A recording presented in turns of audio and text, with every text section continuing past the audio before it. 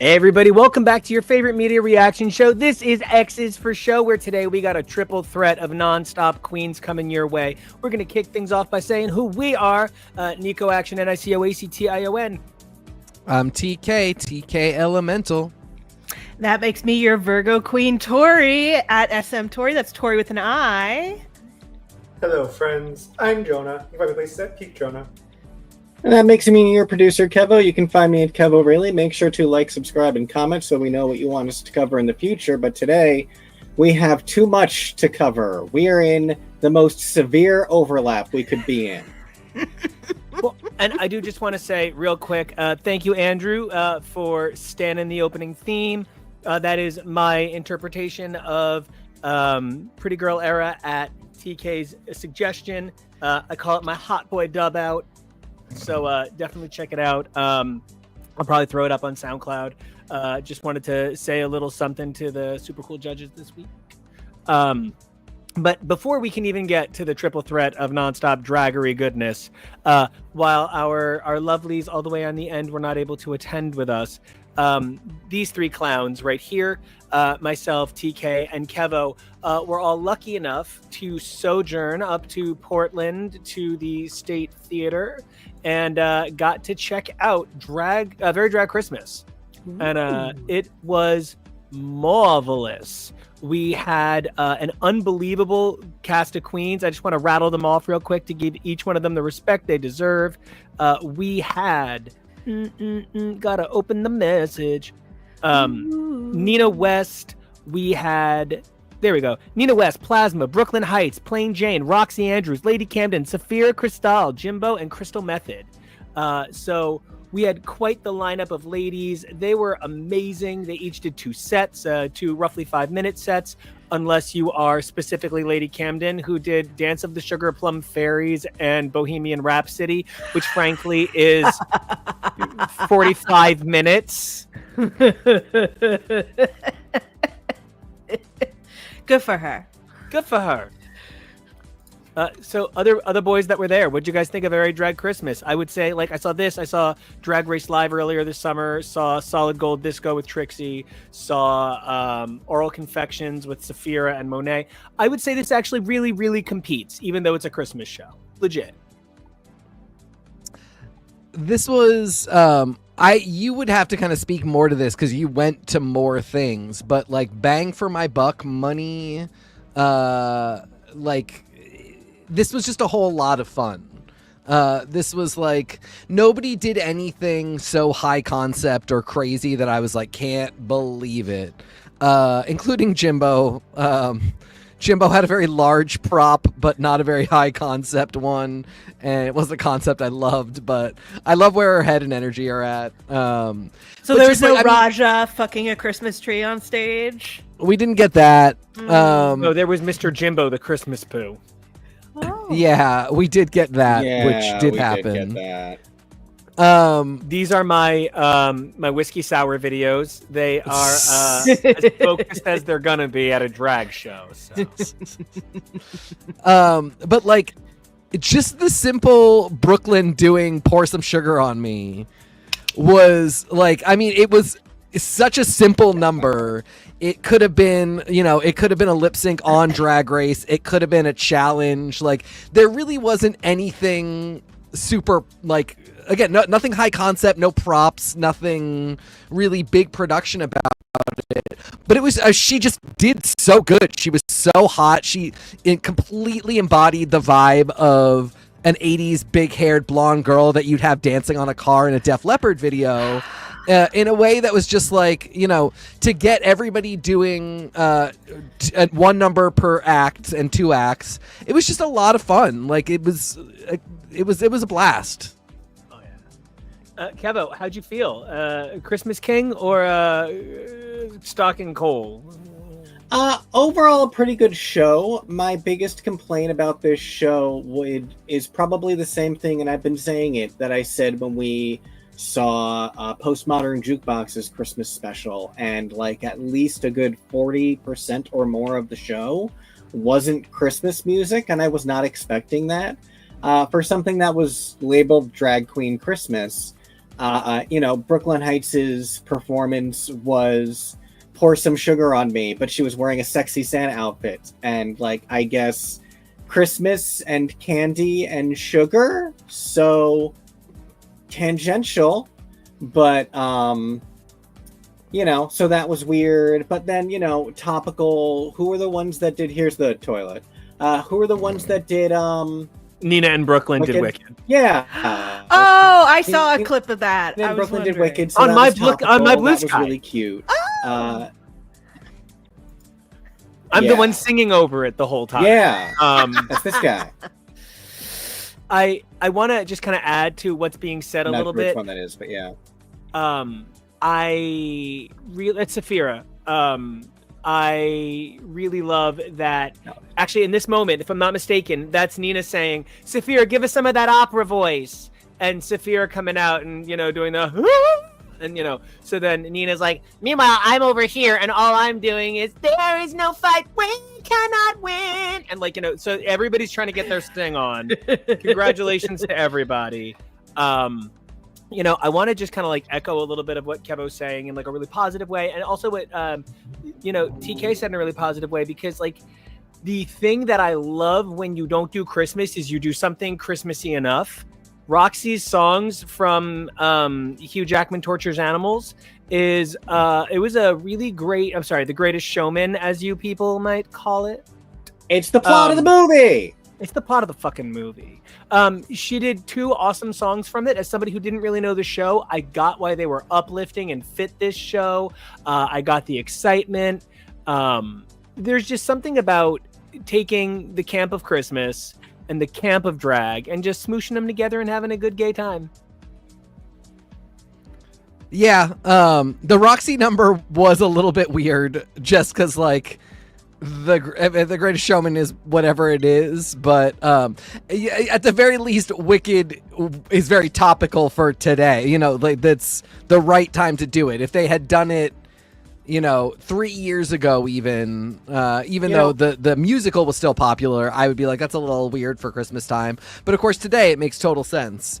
Nina with her original number about a cunty reindeer, that was fun. That was definitely something. But yeah, so Wicked, at least. The Greatest Showman thing is something that came up a little bit over dinner tonight. Actually, we ask our device to play whatever theme music, and it'll play weird stuff sometimes. And Nico's hot older boyfriend was commenting on how one of them was very strange. And I think something that happens sometimes is Greatest Showman came out in December, so I think people associate it with Christmas in a weird way because of when it originally dropped. I didn't care for it then. I don't especially care for it now, just some of the songs. So I don't think of it that way. But that's something that happens with this stuff sometimes, where if it just drops at the right time of year, that's where the association comes from. So I wonder if Wicked will be associated with Christmas in some ways now because of where it dropped too. I could definitely see that. And having now seen Venom, by the way, wow, oof. But having now seen it, I can see where you can just absolutely ruin a movie idea with locationing. And so one of the things that I was really thinking about with these numbers is Lady Camden capturing Bohemian Rhapsody from her season is so powerful. But Roxy, as far as I know, Jonah, Jonah, I'm pretty sure you are capable of telling me every performance on the show so far. But to check, I don't believe Roxy's ever come out and done Greatest Showman. Never rode in on an elephant. No. If it didn't happen, if it didn't happen in All Stars 9, it probably wouldn't have happened on the show. So, I loved this. I had a great time. I want to move on to the stuff that everybody gets to talk about because I love everybody so much more than I love just talking about this one amazing show that everybody should go check out next year. Happy 10 years. I do want to say that one of the highlights was my big brother was taking me around his city. It was very exciting.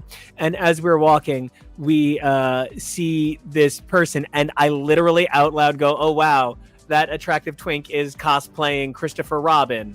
And then TK goes, "Wait, was that Plasma?" And I'm like, "Oh my god, I think it was." And then Plasma was the last person introduced, and so we almost thought she wasn't there, and then she was there. So I just want to say one of the best parts of this show was just being in Portland and these girls also loving this beautiful city.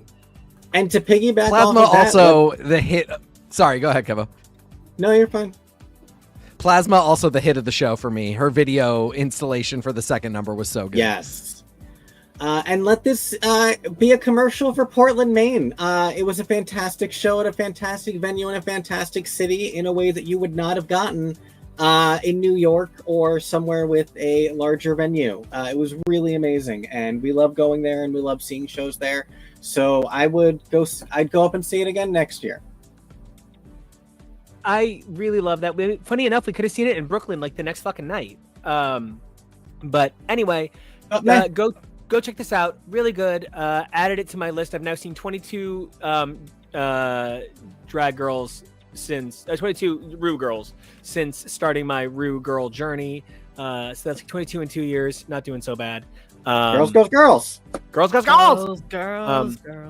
Okay, I want to talk about one of the girls from Canada.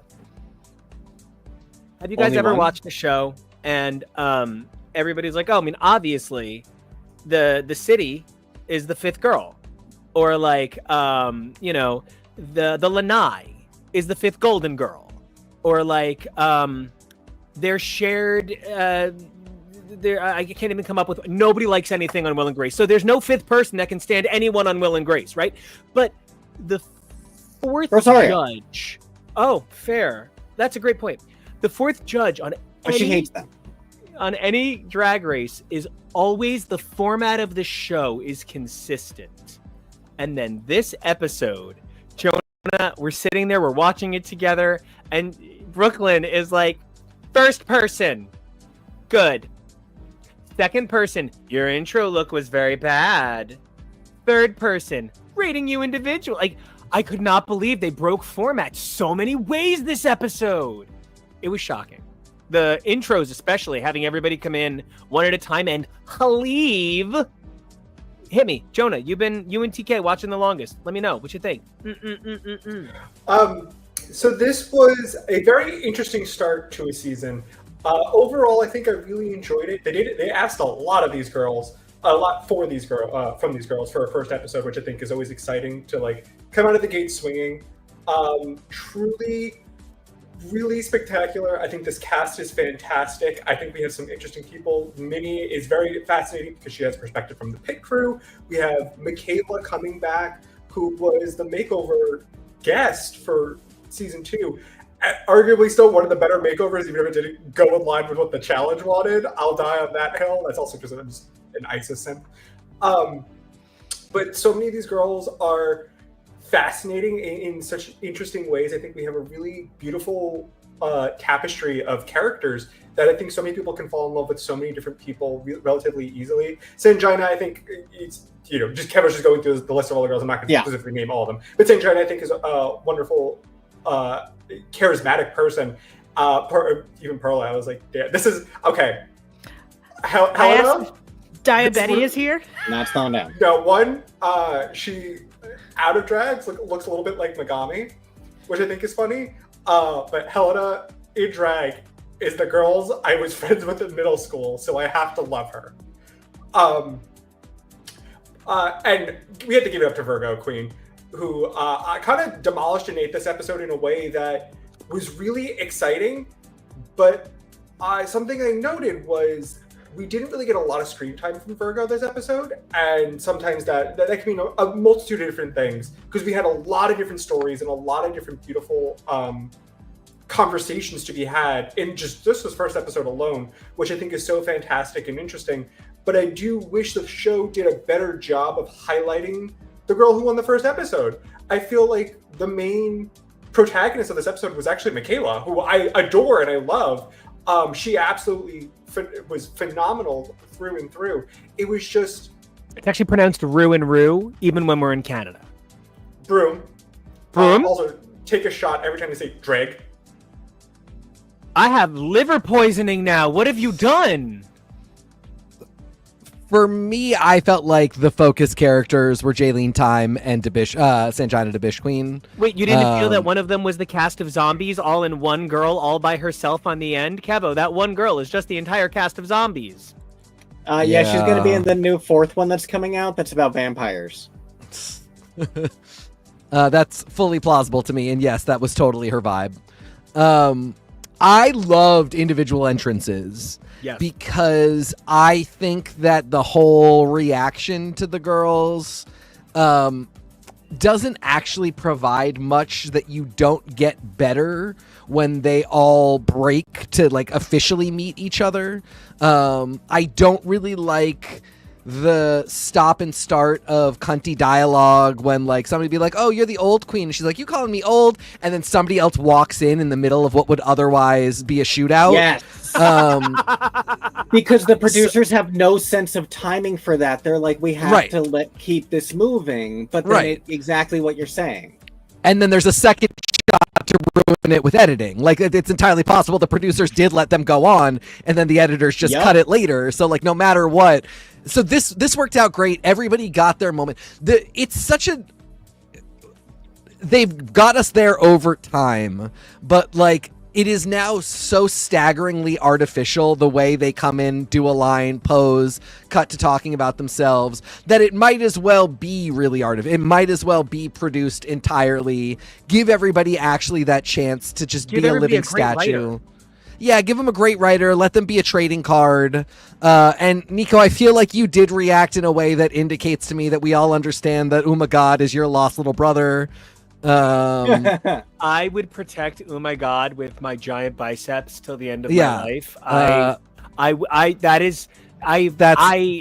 this. That is the lost Vasilo son. That is, I genuinely like. I view it as more of like Nico is part of some sort of Dapper Dan Time Lord pantheon, and this is just another. It's my kid Miracle Man. This is another pair out there. Yep. I definitely yes, gay Nico. I definitely see Canadian. They're all gay. We're all gay here. Well, I am pan Nico. That was the joke to me. Yes. Also, the minute I saw this, I thought to myself, if Milk had this kind of personality with her drag, we would hate her talent. I mean, we have yet to see with a drive-by. Just being we have yet to see if Uma has the talent. I believe it, but we have not yet seen it. So and Milk has all the vitamins and fortification. I'm just being truly, and delusion will get you far, but being a little bit silly and charming and like not going for hot, but achieving it because you're going for concept. Like this was just such a concept look, and she was not trying to be sexy, but there's something a little sexy about it because of the achievement of the art of the look. And you got all and then this is just not sexy, but very funny. You got all of that from just the entrance moment. So I really liked that. I did think the 10-minute music video horrible. No, I didn't think it was horrible. I maybe wouldn't do it again, but I appreciated the experiment. I do sometimes think the 2 and 2 just ends up working out badly for somebody no matter what. It is the whole that group got season 12 or 13, Jonah. They got On That Bitch, and then the other group got You Don't Know Me. Season 12, yeah. On That Bitch is like one of the best Drag Race songs of all time, and Nicki Minaj was watching it. The other song is like a lost Chicago number that Robin is watching, and it just isn't fair to any of those girls. They get such a bad song. Robin just sings in all Hersky Dursky, and it's... I hate you. But, that everybody got a level playing field here was great for me and for everybody else. For some people it was like, oh no, you are in the same number as a much better rapper or somebody who had much better lyrics, and it really shines through for you. Rosebuds and Thorns was a choice, But yeah, I appreciated that they did something new. Drag Race sometimes stagnates, and then these were all subtle little changes. I maybe wouldn't have done them all in one episode. Like, I maybe would have saved the 10-minute music video for a different one. But I appreciate the show doing new stuff and having it be like not the end of the world. Well, it's new for the traditional Drag Race format, but this is very similar. Well, actually, they stepped it up compared to last season, where last season, the first episode was actually the ball, where their entrance look was look number 1, and they had to serve 2 other looks afterwards, and they all got whether it was a rose or a thorn again. I would love to know, as somebody who has not watched for Tori, how did you feel about the because we kind of talked about it a little bit, but I'd love for you to pontificate a little bit more about people, like your entrance look maybe not being the judges' favorites and not put you in the bottom. Which happened Right. this episode. Yeah, so for me, this is my first time meeting the Rosebuds and the Thorns, and while I kind of like that it allows for more mid-queens to get more critique time that wouldn't otherwise, you know, because they were bad at their entrance look or good at it, I think I hope they were told that their entrance look was about to be judged so much, because I know that we're now in a world where like your entrance look is big, your entrance look is couture, your entrance look is huge, but like if you don't know that it is, you can just come in something kind of mid. I don't know. I like it. I don't love it. I also kind of don't like that they didn't that the girls walked in on their own and then left. I like the one-on-one interactions because it allows for people we don't normally see together in the beginning, so you can get kind of a vibe check. That's Australia. Yeah. Vibe check. Oh, right. Yeah. So yeah, I like the idea of the Rosebuds and Thorns for what it does. I didn't know that this was a one and done deal. I thought this was how it was going to be for the rest of the season. And I was like, oh, well, if it's just this one, then that's fine. That's great. It's like when we had the queens choose who goes in the bottom. It just provides a little extra difference than what we normally would have. But yeah. I really love that take on like the fact that we've hit the point where mechanics are so necessary. Think about how 16 started.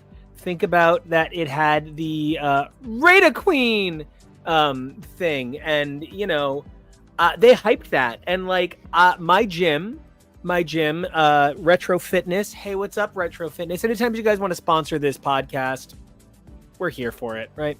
But they played the Immunity is Back commercial for literally 4 months. Forever. The entire season.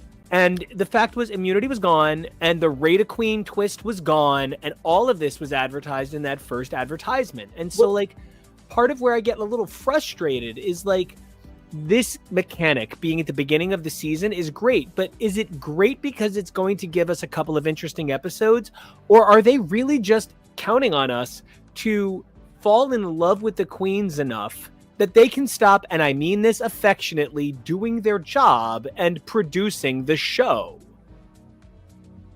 Because they stop producing the show and they just start producing the girls. And those are two very different acts of malice. One is an act of plot malice, and the other is an act of character malice. I'm being playful calling it malice because I watched Unreal. So, like, you know, this job is Satan's asshole. But, like, I really do think this episode, having so many devices, now I wonder when they're going to stop using the devices. Are they going to shut them off at episode 5? Or are they going to shut them off at episode 12? How much of this do I have to learn? And remember, where's the golden beaver? What the is golden this? beaver. Where is she? I have a picture of her. You find her. I think a lot of franchises. Oh, there she is. Hi, Gorge. Well, that was her first appearance, and then she, you know, went to Turkey, maybe got a little. And then they painted her gold, and now what? She got a BBL, a beaver butt lift. A GBL, golden butt lift, and they made her a little Oscar. But it's nice. It's always interesting when they want to try to introduce something a little bit different, because the formula for regular Drag Race is tried and true. It's very tried and true for many competition show alike Drag Race. And sometimes you want to do something that shakes it up just enough so it feels a little bit fresh, so you're not just doing the same thing over and over again. We had essentially like 14 years of them doing that. This was really, it's only interesting because there's so much thrown in this first episode. I understand the joke of Rosebud. I think it's a disgusting joke personally, but whatever. I'm like Michelle in season 12, making Rock feel uncomfortable and sad for making a fart joke. We don't do that here. No, none of that. Michelle, I can't wait to talk about how judgy Michelle was in the 2 countries she was judgy in this week. Thank you for already introducing it. She was absolutely. We will talk about her in UK because for somebody pissed in her Cheerios because she was not having it that episode. She was over there. Jersey goddess. Jersey goddess. G-O-D-D. But sometimes it does feel like they introduce something and then they immediately throw it away. Like they're not going to give them. For this episode, they happen to just specifically rate your entrance look, your performance, and your runway, and that could have offered you an opportunity to be in the top if you excelled in one area, but maybe you failed a little bit in a different area. It does. It only works for this episode, but again, it just feels weird because there's no tie-in. There's nothing here that like. The theme isn't roses. The theme isn't thorns. He's right. If I don't get myself a Nina West Happy Meal next week, I don't know what I'm going to do. Where's the tie-in, folks? And where the hell is my chiffon? I mean, little Drag Race cutie dolls for their Happy Meal would actually just be completely banger. Also, collect them all. How does BTS have a Lego set and there isn't a workroom Lego set? How don't Truly. I have like the best of the winners Lego set? Design it. As an insane yes, Lego let's do a collector. Lego ideas. Yeah, for real though. As an insane Lego guy, I love all of the Wicked stuff. But guys, come on, do a Drag Race set. I will say, so I have started taking notes for every first episode of a new season for the reason only that it's the only way I remember everybody. If I write down their names and a thought about them, I will remember them. Otherwise, I forget them all instantly, and it is not until we've eliminated at least 5 of them that I start remembering people. I've been doing great these last few episodes, or these last, like, for UK, for Down Under, and now for this. But I started building my spreadsheet with my notes before I was watching the episode, and I was asking NICO to just get a little bit of information about what they did so I would know sort of what to put for marks. So I had entrance look, general vibe at the start of the show, their verse, and their runway. And I really do feel like your vibe at the beginning of the show should be a judgment factor. Because some people are just atrocious when the show starts. And I know that this is like, it would be so evil because it's all editing. And so, like, you can just have a terrible vibe for no reason, basically because you've been edited to have one. But, yeah, I mean, the vibe was just so off for Terra Nova and Helena Poison. It was just so not good for me. And was it Helena who was just being insanely shady in the workroom? No, that was Xana. Xana. Yeah, it was Xana. Had one of the weirdest, like coming in, and Sanjana kind of clocked it, was like, there's only one Plain Jane, which is hysterical. Now, Plain Jane has made enough of a mark that we can already say, are you Plain Janing about? But she had, in a turnabout, had one of the most beautiful statements to be like, no, if you're coming to my show and I book you, I'm paying you $200. Yeah, I'm paying you what, baseline pay. And Tara's like, I get paid $30 and maybe one drink ticket. This one is for TK, but Xana here is literally Jenna Maroney's gay friend who calls Tina Fey Melissa. Yes, 100% He correct. is Pick up your that face, girl. And He can't- also go. on the subject of paying queens, straight Yeah. to DVD, where Megami came up, where I was lucky enough to make my hey, what's up? Where I was lucky enough to make my show debut. They pay like you wouldn't fucking believe. So like, yeah, it's insane to me how unfairly people can be treated, and I'm so glad somebody took the time to say it on air. And thank you for pointing it out. And she had amazing looks. I really actually ended up liking her. She was hellaciously shady in the workroom, but I checked my notes. It was Tara, and it's Michaela that clocks it, and she's like, "You should not be talking that way when that was your entrance look." And I very much agreed with that, except for I felt bad. I loved Michaela from the minute the queens entered together and started talking till the end of the episode. This, to me, I felt so bad, but this was not Couture. I thought it deserved a mention that this was not a great entrance look, because this was amazing. The Diana Ross of it all. Performance look was a really great I kind of thought it was. I really did not think Virgo was going to win, because I thought Michaela's verse was just phenomenal, and this look was incredible. Rue would have had Michaela win just for this insane Diana Ross that was just perfect in every way. The hair was incredible. For me, I was actually really surprised with Virgo because that look was really cool and it was really good. This one I'm iffy about too, but that's a whole other story. Her runway was phenomenal. It was really cool, and for like a Country Roses challenge or something, it would have been great. But your best drag, I didn't see it. I didn't see that. I don't believe this is her best. What? It's not. I'm so sorry. I don't mean to correct you, but it's actually the challenge was your best drag, and so. So okay, yeah. So then she nailed it. Yes. Sorry. I thought it was. It's not your best drag. It's a drag that best expresses you. Yeah, it's you want to know. Yeah, you want to know me. You wanna know me. Yeah. But then it's you want to know me, your best drag, and so it's yeah. It's I also didn't feel like this really was the most her thing ever. Yeah, this especially Dazzler in Uncanny 131 bullshit. Yeah, I mean, don't get me wrong. Oscar I love it. There's so many places where I think it would be so good. It's not a bad look. It just didn't quite. I didn't connect with it in a way that I felt like Jaylene Time had 3 phenomenal older woman glamour looks. And so by the third one, I was like, this is a stately older woman who loves to do glamour, who likes to do old Hollywood glamour, who likes to harken back to another time. And I got her immediately. And with the Virgo Queen, I didn't hate anything, but I didn't get everything from it.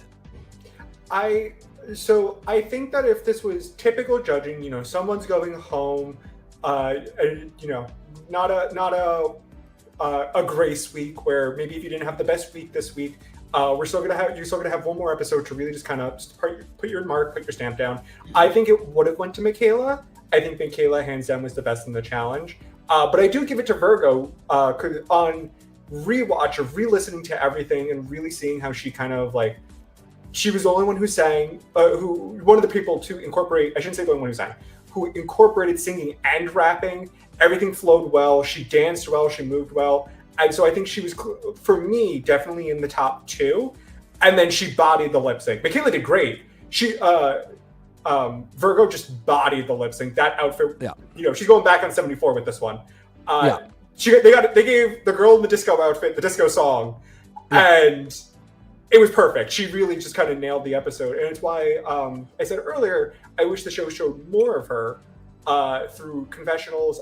She did show a really beautiful side, talking to St. Gina when St. Gina was talking about her body dysmorphia. Virgo was like, listen, I'll get you pads, I'll get you tights, whatever you need to feel more comfortable. I'm sorry. We'll get you to the level. I'm so sorry. I don't mean to correct you. They're pronounced paids. You get this joke one more time, and you better use it wisely. Well, you're gonna comes in one more. threes. Comedy comes in. I suffered like 8 seasons of Degrassi The Next Generation. I get this as many times as I want, specifically because there was a character named Craig. Craig, Crazy Craig. Craig! So- Yeah, Crazy Craig, exactly.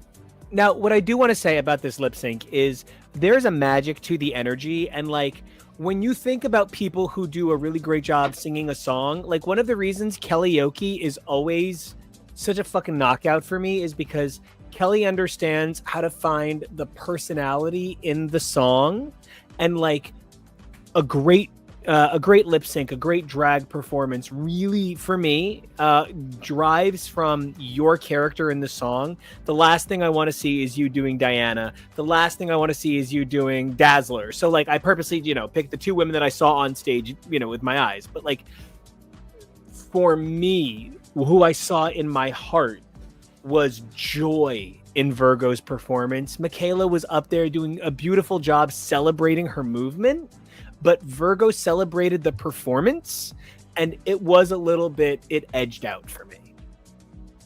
I feel that, and I think I saw I would describe what I saw from Michaela as joy, and what I saw from Virgo Queen, and that moment at the very end where she crawls down the stage, Evie Oddly commitment to the bit, and that's why I do think I agree with you both that she did win that lip sync. I feel like I still maybe would have given it to Michaela, but she absolutely did win that lip sync, and it was because she had that like, I'm going to perform at an 11 because I can. And, sometimes it really is a blast just to see a beautiful woman up there living her absolute best life. But yeah, you can see sometimes why you might get edged out by a person who's like, might not be my best life, but it's at an 11, so I'm doing it. I feel like one of the other things that winds up happening with specifically a first lip sync of the year when it's for the win is you don't wind up walking away feeling sad. I walk away, I don't feel good about pork chopping a bitch. We've all been the pork chopped bitch, and it doesn't feel good. So that we have found this way that nobody has to be Jessied out of the pilot. Everybody gets to be a Xander or a Willow. You get to go the whole distance. So one thing I'm going to take away from this premiere of Canada is whether it was the 1x1, you stay, you sachet, or whether it was the unique take on long form music video using a lot of the same Adobe rendered backgrounds, I want to congratulate this team on putting up with Brad, but also on producing an episode that was both, nobody laughs at my Brad jokes anymore. I'm sorry, Brad. That was both, there it was, number 3. He used it on Brad. I used it on Brad. Why did you do that? Well, it's okay. I have a really mean cover of Lamb's Goreski. Anyway, so I'm going to go crawl into a corner and die. Canada was great. Somebody else talk like you're Sarah McLachlan saving dogs. Canada was great. Recovering. Canada was great. It was this is a cast that I really like. I think we're definitely somewhere between UK and Down Under in terms of like, I think these girls have some great chemistry. Definitely not atrocious. Maybe not the most amazing I've ever seen. I always have to say it about Down Under, which is now fantastic. Like they've really, and again, like not necessarily the girls' fault. Sometimes it's how it's edited, but that first episode, woof. Jonah, I need to know you specifically. I almost texted you about this, but I want to talk about it on air. Do you love Perla as much as I do? Yes, I want to smoke a blunt with her. She's honestly in my dream blunt rotation right now.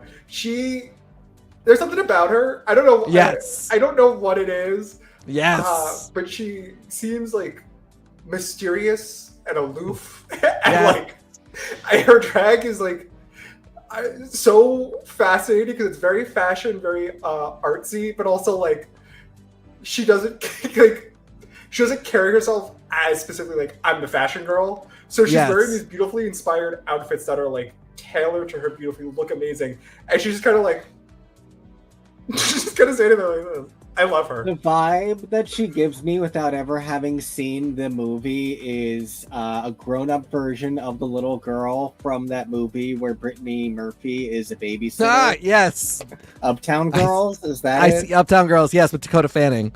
Yeah, that's what she seems I absolutely like, see a grown that. version You know- of that child. You know the guy who dances all crazy walking by the van as Stu is killed in Scream 2? They're No, wearing he's the got a same boombox. hat. But yeah, It's the same Okay. hat. Oh, you're right. I think there was a breakdancer along with Boombox Guy. And yeah, it's the same vibe. So that combined with Dakota Fanning. Sure. She's a cunty little fashion goblin, and I love her. Yeah, I see all of that. Yep. Yeah, I mean, like, I've got thoughts about every single girl, but that would take us all too long. Really, I would just like I'm to change. Oh, I just want to say that when they're that beautiful, we should take Fashion Goblin and turn it into Couture Orc. Katork. Katork. Okay. Not to create more work for ourselves, but I kind of wish at the end of seasons we did a retrospective. Like, our feelings are going to come out about girls every week, but Tori has the if we spreadsheet talked, for it. if we talk too much about every girl this week, and then the first 5 that we talk too much about go home right away, that's part of where we're like, we don't want to talk too much because who knows, especially when they pull something the first week like nobody's going home. What's the first challenge? Does anybody remember? I believe it's an acting challenge. They're gonna be broken up into groups. Great. I don't remember Fascinating. the scene, but I do know Okay, on the but- runway, someone will be referencing the iconic season 1 moment of Juicebox getting having her bracelet stuck in her outfit when she did her walk-in, and she's like, "Help! I can't move. I don't know what to do." She's Tori, just- you've got something to say. I see you getting to the mic. I need to hear it. Oh, I need to go on record that I loved the trailer for this season. I loved the Meet the Queens. I was deeply bored this entire episode and spent most of the time being like, all of these girls are the same and I don't care about any of them. And then Minnie Wong wore a corset in the music video and I got a little more interested. So I'm ready to see where we're going, but this one I'm not in love with anyone just yet. I feel like this is going to be a season of fashion queens and bitchy queens, and both of those are not my wheelhouse. But I'm glad that you guys are having fun, because I enjoyed Brooke Lynn doing her very, very best Whitesnake video as a way to tap dance on RuPaul's Aged Grave. But Listen, Ru can't anymore. She doesn't have I the know. hips. I She doesn't know have the original legs. She can't do There's it. Look, there's only so much bionic will get you in this I love world. that Brooke fell in the music video. They kept it in. It was very funny. It was I adorable. enjoyed it. Brooke, I love Brooke. I've loved her since being able to see her on season 11, and then Canada's my favorite international. So seeing her as a judge, I think she's really kind of just coming to her own. But I do hear North that, American like, queen over here. Mhm. I'm a traitor. I do agree that I do Thanks, think Triple. in terms of the actual episode, it was a lot. It was a 10-minute music video, and that can be, when you have so many people doing this type of style. And also, of note, they had long verses. They had I think 8 to 10 lines each. They That's give him way 16 more. bars. They give him the They- full 16. That is far from what they usually get. They sometimes get 8. I will never forget on season 13, Gottmik having 4 lines. Gottmik was born a girl baby, was told I can't do drag. It was like 5 lines. I was like, this is the shortest verse I think someone has ever had. Well, she said so much of it so fast. But I hear that criticism of like there was a lot going on. There was a lot going on for not much to happen, for it to culminate in nobody goes home, yay, woo! But personality, everybody's gonna vibe with different personalities. I happen to just like a handful of these characters. I calling my shot now because I am psychic. I'm gonna call Jaylene Michaela top 2. Ooh. So we'll have to come back to that. Yeah. It's tough because everybody was so friendly. And also, Triple T, I just want to say I did not watch Nina Bonina's review on this. I'm so sorry. I wish I had. Oh, you froze on me. You said, I wish I had, and then now you're... Are you back? Am I back? You're back. So what I'm going to say is the clever thing I was hoping to say, I said in that skip. It was the cleverest thing you've ever heard. And it was just for you, Triple T. Hey! Do any of you lovelies have anything particular that you want to lay down on Canada right this minute? Do you have any Nova Scotia that you want to scooch on over? Where are we jetting off to? Up or down? I want to get to the energy I felt about the UK first, because whatever happens with Down Under happens. But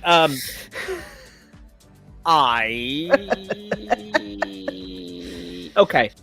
This is one of the most fascinating seasons of television ever. I think about Northern Exposure season 5. I think about like Desperate Housewives season 3. I think about Twin Peaks: The Return. I think about fucking Point Pleasant. And my first real season of reality TV was a Big Brother season, and I watched somebody I hated win. So then I watched another season of Big Brother. I had a Big Brother guru who did this to me, and then I watched another person I hated win. And then I watched another person. And so I couldn't do Big Brother anymore because I kind of didn't like the winners of any season. And I never got to subscribe to a Russell the Love Muscle OnlyFans. So I found myself incapable of staying. But one of the things that I got from Project Runway was that even when it's somebody that I fucking hate, like Leanimal, she was still talented. And no matter what I said, she could construct a garment and was brilliant and had vision. You could still cut people because you didn't like them or they weren't talented. One of the things I've often said is that I've never understood how somebody feels like they're a Mercury or a Jupiter or a Mars. Venus, obviously, because she's runner-up. But as an Usagi, as the dumpling head, I can't imagine. I mean, he's my Tuxedo Mask, and I don't understand people. And so the joke I'm trying to make here is every single one of these girls is a fucking Usagi. I've never seen so much talent in a reality show, maybe in my entire life. I can't even begin to think about this final group of girls and how they are some of the most talented queens to ever be in any franchise of this show. It's just straight Moon Princess all the way down. Yeah, when Dita Garbo is the first voted off the island, like you gotta take a pause and be like, all right, I guess we're in for it. Dita. We're still doing it. Like Yeah. That tells you something. Also, Lavoie should just be like, we would have a much better country if Lavoie was just president. Wouldn't we be so lucky? Yeah, I mean, like, this is the blueprint of girls. That, like I said, you know, for one thing, their energy together will never be matched. That is very tough. But like, it is. I think they mentioned it again this week, but I still wish they would keep saying it and sort of get into the habit of talking about this is not an elimination of all the bad queens until we get the good ones and pick from that group. This is just who didn't get a 100. Somebody got a 98. And, you know, it over and over again, they do fantastic. Like, even, I mean, clearly Relisa stumbled during the roast, but like, you would be entertained if this was, you know, the haters roast or like an actual thing that you paid for and not a competition. And she brought that energy and stumbled and played with it the way that she did. You would not be like, oh my God, she was such a disaster, I hated watching that. She still provided entertainment, even in like dealing with her mistakes. So there was something about everybody that was just really a show. Like, it really was a great comedy review. And the fact is they still had to put a number to it and send somebody home, and it was Lil, but that's a really cool thing to have happen. It's a really cool thing to keep going through and being like, even if there's an obvious winner, that person could still be like, could have stayed and come next week and slayed that challenge entirely. Where, a lot of times you're like, this person on Drag Race as a franchise as a whole, you kind of say to yourself, like, this person's going home this week, and I kind of think that's the right place for them to go. And this amazing queen just like wasn't competitive anymore. It's pretty exciting when it is this situation. I love this cast. I will say this probably was maybe, in terms of episodes, probably one of my least rankings. Mostly because I wanted people to do better at the actual roast. It felt like in terms of a roast, I don't know if this is one of the best roasts. I think we have one of the best roast performances with Lavoie, but I don't know if I would call as a whole a successful roast. But I do agree with you, TK, that in terms of entertainment and comedy, I do think nobody was unfunny. Nobody like bombed in a way that was uncomfortable to watch. It was, people were funny. Maybe it wasn't the best roast performance, but nobody was not entertaining for the everybody was entertaining for right reasons. Nobody was entertaining for wrong reasons, and nobody was not entertaining. Guys, real quick though, Lavoie looks like the Hormagon. And here I was gonna say Cindy Lou Who grown up. Mm-hmm. Also, Triple T, thank you for letting us know. We're gonna be checking out Thailand soon. We will do our best. Love it, and we will definitely be checking up on the current season of Thailand. Oh yeah, I'm excited to for that came back. So we'll see what happens there. But we're over across the pond. Which drag show that we were watching had the Demi Gormagon head? Was it this one? No, it was Down Under, and it was Karna. That's so funny. I said the same thing. Sometimes stuff is repurposed, but obviously not. It's just sometimes instead it's funny timing. It's Shirley Temples all the way down. It's Shirley Temples all the way down. Thank you. Shirley Temples, as well as two people creating monstrous looks on stilts, walking on all fours, with the Grand Dame and Q. And they would have no way of knowing that the other one was doing that to plan for that happen that week. Oh my, I'm Q. Sorry. I want Q from Star Trek to do that. I go back to this quote that Ginger Minj said that RuPaul told her, and she didn't quite understand, but I think it was probably one of the best compliments you can ever give someone who's an entertainer is when Lavoie is on stage, I feel safe. I know, okay, nothing's gonna go wrong. She knows what she's doing. She's gonna nail it. And kind of boom, she really did. This was kind of a masterclass in not only even just what is roasting, but just entertainment. And I can only really just sing praises. I also want to give praise to Marmalade, because Marmalade really went for it. Marmalade's only stumbles were some of her jokes weren't that strong, and that kind of highlights what went wrong with her performance. Even though they made it seem like she did a lot worse than she really did, even though she really nailed it. She was probably the second best of the night. I would have said Kyron, but Kyron doing a character doesn't really work for this challenge. It was I do agree with the judges for the most part.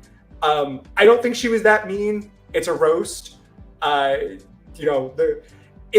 Lil can make fun of Alan Carr's dead dog, I think a lot of stuff should be allowed to be on the table. Well, they even used that clip in the next time on in the previous episode to get us thinking about it. I actually do think that I'm trying to understand what makes a funny joke, because I made a joke about Milk having no talent earlier, and I don't think that's true.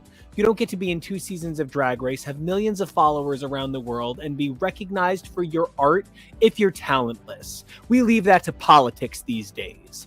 But one of the things that I'm really aware of as I'm watching these things is they come for these girls for their teeth. And I saw Venom earlier today, and Tom Hardy's bottom teeth are as fucked up as mine. And it made me feel kind of like sexy and kind of cool that Tom Hardy also has like a weird jagged little pill set of bottom Milanus teeth. And so I kind of would maybe laugh a little more at a set of fucked up teeth jokes, I guess. And I don't know. This image is too much, KEVO.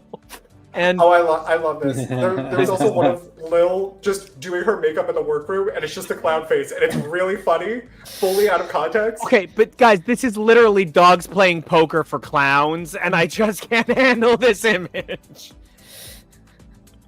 But no, I do think that Marmalade's jokes were more about funny than they were about play. And a roast needs play. I think about all the best cooks I know saying that cooking is about the vibe, but baking is about the science. And roasts are about the vibe, not about the science. Marmalade, I do think she was a little meaner than was necessary, but I feel like if this had been another stage, it would have been an exactly appropriate roast. Roast is a little bit, it's, you know, people think of roast as like stand-up, but the fact is it's a little bit improv too, because you do have to kind of sense the room, and a lot of people fight back against the room, which is a very stand-up thing to do, because you're like, I've got my set. But with a roast, it's a lot of emotional output and input. So like improv, you need to be able to roll with your audience, I think. And a lot of people who roast and get not great responses from their audience have an instinct to push back. And that's often difficult to watch, because it's like you're saying, you gotta be able to adjust. You can say clunk, but you can't say I thought it was funny. Like, that is the line. Yes, you've got to be self-effacing, not like attack the audience for feeling what they feel about what you said. And you should always remember to say yes and. Or goodbye. Yes, Tori, go. The end was on us. I know that for me, when I talk about what we make jokes about with my friends, one of the things I come back to is that if you're going to mock a friend because you love them, you start with something that is either deeply ridiculous or something where they know and they're delusional about it. Like, we have a very, very thin friend. We make fat jokes about her. We don't make fat jokes about me because I'm sensitive and fat. So it feels like to me that maybe Marmalade isn't as close with the other girls and didn't realize what people might be sensitive about or what people might like bite back on, and then didn't catch the signal with the first couple and kept going. I also think a couple of Marmalade's jokes maybe could have used a different sort of twist. Bob the Drag Queen talks about, for a roast, if you want to do a good roast, think of what you want to make fun of at the person, and what is the wildest way you can get there, or what is the weirdest comparison you can make. Caricature, like a caricature artist. You don't want to insult someone, like, actually with what you're trying to do. Yes, you want absurdism. Yes, absurdism is a great read. It's exaggeration. What is drag but exaggeration? Yes. You want to exaggerate. So if you wanted to take a basic thing, like you want to call somebody stupid, all right, what is the weirdest way you can get to call somebody stupid? Saying it laughing. Stupid! Oh my god, that was so stupid! Or if you're Ross Matthews, your drag is so stupid, and I love that. It's stupid. But it's you! You know that thing where your drag is stupid, and we just love that about you? That's you! I'm so glad you brought up America's Second-Rate Reese. I'm kidding. Everybody knows I'm the biggest Ross fan, but like Reese doesn't get enough love. And you're the only one. I love Reese. I missed Reese. Um, Little puppet man. Little Keebler elf. Yeah. but can we just for a moment talk about the greatest fashion designer I think we've ever seen across the show, standing in one of the most beautiful looks that I don't think. Who thinks of this? Who thinks, oh, we're doing vinyl? I'm gonna be a record player. I want to be the actual record player. Come out in a gorgeous silhouette, in a gorgeous headpiece. Not playing favorites or nothing. Yeah. I played favorites. She's my favorite. I mean, I'm pansexual, but I didn't realize that pan included record players. Like, I have at this point become Victrola-sexual and, like, cannot hold back my grammophorection. Oh, no. Okay. I'm gonna be the wet blanket him. on this one. Let's remove him. Do it. Cut me out. Man, it is really a cool idea, and it is a really solid execution, but it does look a little crafty to me, a little costumey. Costuming for sure, without a question. Yes, and that's not always a bad thing, but this was not leaps and bounds above the Gorgon head. And if you This is definitely better than the Gorgon head. If you remove the speaker head, then what is it? Yeah. I was surprised nobody mentioned it. Only because it is worth mentioning. Again, I think it's really cool. I think you should take risks and do stuff like this. But girls who have done this exact same level of idea and level of construction have absolutely gotten red for the fact that it looks a little arts and crafts. Well, and TK, reference you'll get, you know what it really makes me think about, like a sort of like Baz Luhrmann Gatsby version of, is the Robin jukebox mink coat that she wears in the Handle Me video, where she turns herself into a jukebox with the layers of her fur coat. And like, it's one of my favorite pieces of clothing ever designed in the history of the world. And like, thinking about that thing that this made me think of, I really see what you mean by that coat is so much more than a fur coat if you take away the pieces of it.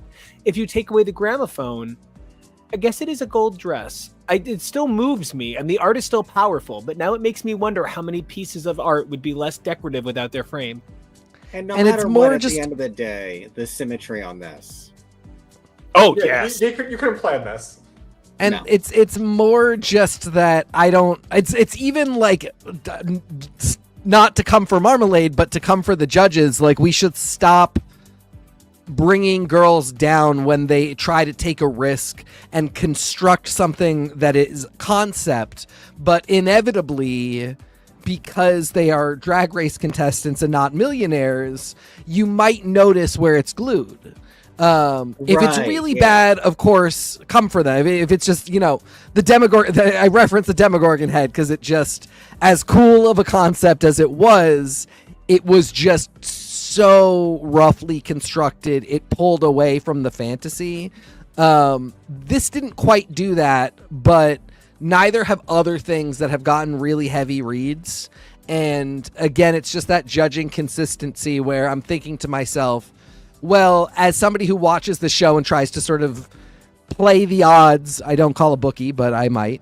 If you're telling me over and over again that you kind of can't do this sort of thing, and then somebody does it and everybody gags over it, it just frustrates me a little bit. I get that. Should we not go back to season 5, Alaska being in the bottom for doing boy drag, and then Chanel pants, straight men. I said that with love because I love Maddie. Flats on the runway. Like, how many people have done sins that were like, we give them a pass? Right. Sometimes we do give people passes because we really enjoy what they bring, and that's not always as fair. Jeremy brought that up on All Stars 2. Did Alyssa really have a 2-in-1 dress? No, but we love it because it's just so you, Alyssa. And it's like, that is a little unfair if you're just, say that in front of people. Say that's the quiet thought out loud you say for the judge's deliberation that you don't say in front of the contestants. Nah. I think it also depends. You know, you look at the execution.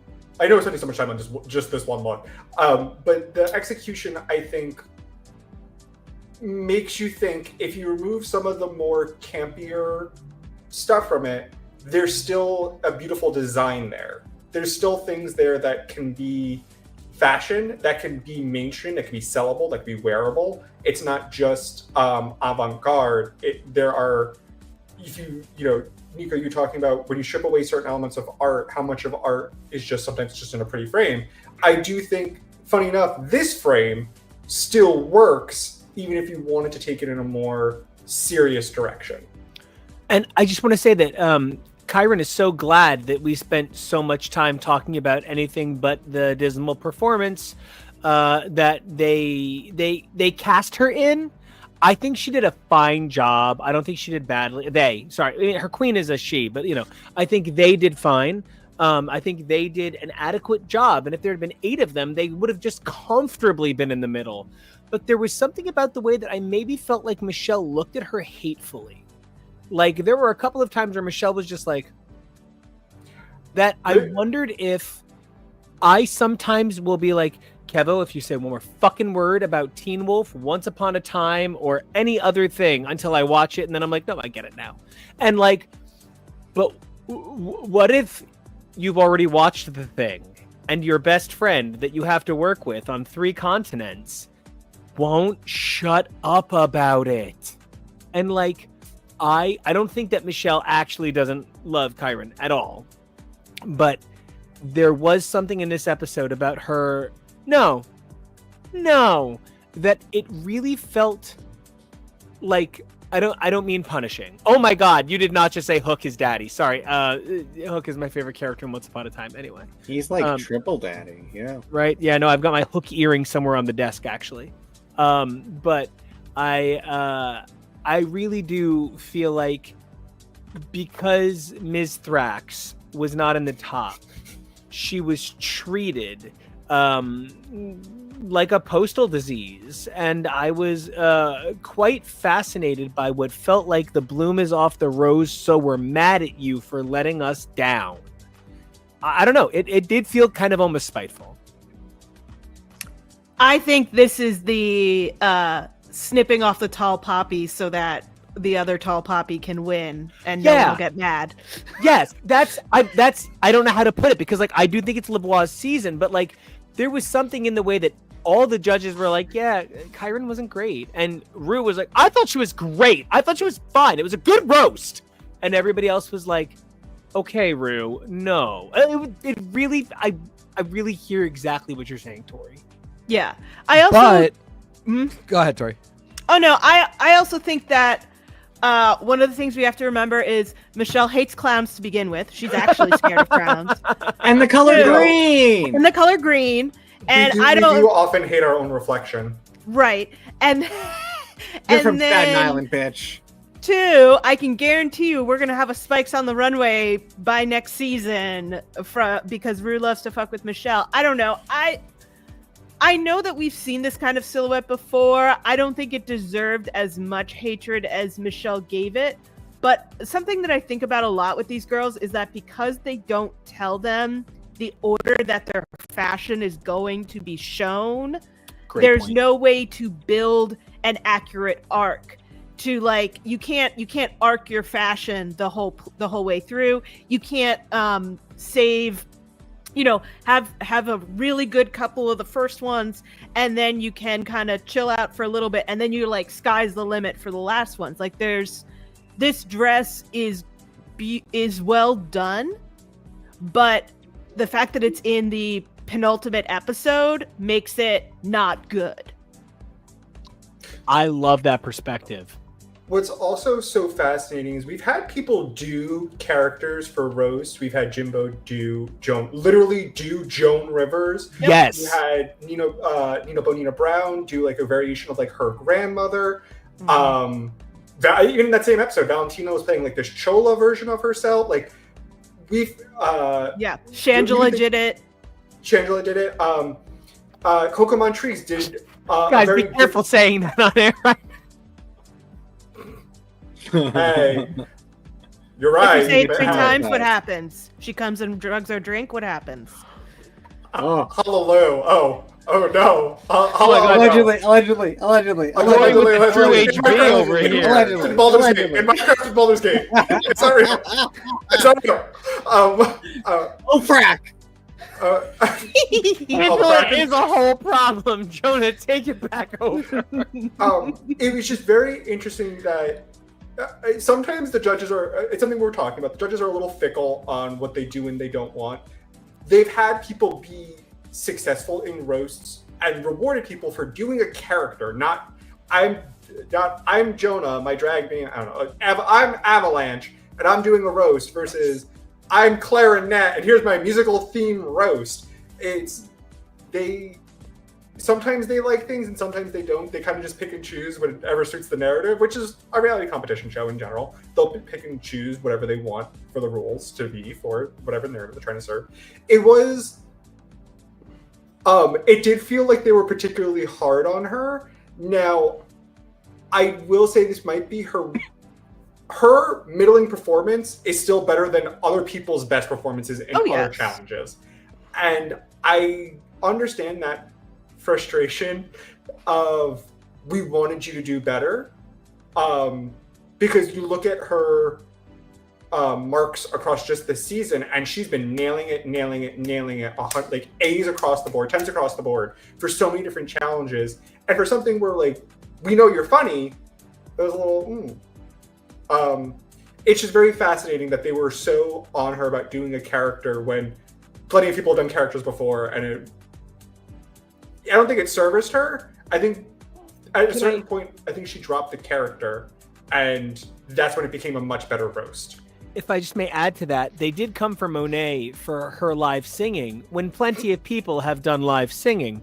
So I would just maybe consider that it was that the character kind of went big thud, and it was just like it was I'm Lurleen Katz and these are my cats. Yeah. It was just not nuanced. I think the idea that the judges want is that if you are going to decide that you're going to remove the vulnerability that we love of you by putting yourself out there and putting a character on instead, you had better swing it like it's Big Papi in 2004. You know what I mean? For you sports fans, like it better be a home run out the ballpark. Like nobody, everyone's clapping. No one can say anything. And I think if it's not, you get kind of shat all over. I agree. It's see-through baseball pants all the way down. Mm-hmm. Also, speaking of see-through, so this see-through Mac, I think, is the best part of Release's outfit. And the Corey, rest that was of it, flawless. The rest of it can get should have been read down, except for those stockings. They're gorge. So but you're saying you wanted Return of the Mac? Yeah, I like that coat. I would wear that coat. I think a lot of people should wear that coat, maybe with nothing on underneath. But I think she chose some pop art makeup that she doesn't quite know how to do. I think the rest of it looks like an outfit that I made out of duct tape in college. Like, it's not her best work. And it was very shocking to me that they concentrated on the one part of it that was actually good. And speaking of shockingly good, Lil in a Marilyn Monroe gimp suit. I expected her to pass out during that lip sync. I fully expected her to just keel over, and that was going to be the craziness. I don't like it. That's very fair. I do, but it might be for a particular kind of taste. It is a little horrifying. It is sort of just for JFK if you think about it. But the thing I don't like about it is that it does verge on some uncomfortable visuals. Yep. I believe I said the same thought. I believe she thought it looked like black leather gimp suit, but it does read a little, honestly, kind of a little Tar Baby, and it's not my favorite. It's giving OG Jinx. I don't want to. I don't want to put the full image up for too long because I don't want to get demonetized. Like, this is a wild I think you mean you don't want to get Well- demonetized. Demonetized. Yeah, no, it's a lot. And with the tights, it helps because the tights is a completely offset tone and really highlights the gimp suit of it. I think that's the bigger problem, is that I don't think there is enough to accentuate the gimp suit. Our Which is a problems in sentence- 2024. And I was Yeah. worried about getting demonetized. So Yeah. Like that's my thing, is that I too sat there being like, should I be upset by this? Is this over the line? And I was like, I don't think it's over the line, but I think there are ways that you could have done the gimp suit in a way that was a little bit less on the line. Like, Yes. if perhaps the lips were on the gimp suit and then you could like unzip a little, and I think that would keep it a little closer. Or if the hair was part of the vinyl gimp suit, and so if you did the lip sync, you could just take the whole thing off, and then we get your face. Or it you start at didn't the need- gimp suit, and then the zipper comes off, and you reveal into this. Yeah. And I know this is asking a lot more, but it also didn't need to be black leather. It could have been a purple to accentuate the pink. There are things it could have And the been. yellow. But yeah, that hard black is such a severe thing. Mm-hmm. It's a little hate crimesy, but I really do love Lil, and I think she thought it was giving gimp suit, not actionable, and I really do believe she had the best intention, because again, the legs, as you pointed out, it's meant to look like leather, not like skin. Yeah. And The legs help a lot. yeah, I hope for the best intent. I'm sad to say goodbye, but goodbye. And God, it's so hard when there's 3 shows. I'm telling you guys. Well, this is a bit of a. I hope a couple of you get this joke. Well, this is a bit of a Remington Steele. This is a Christmas broadcast. You don't get. No, I do love.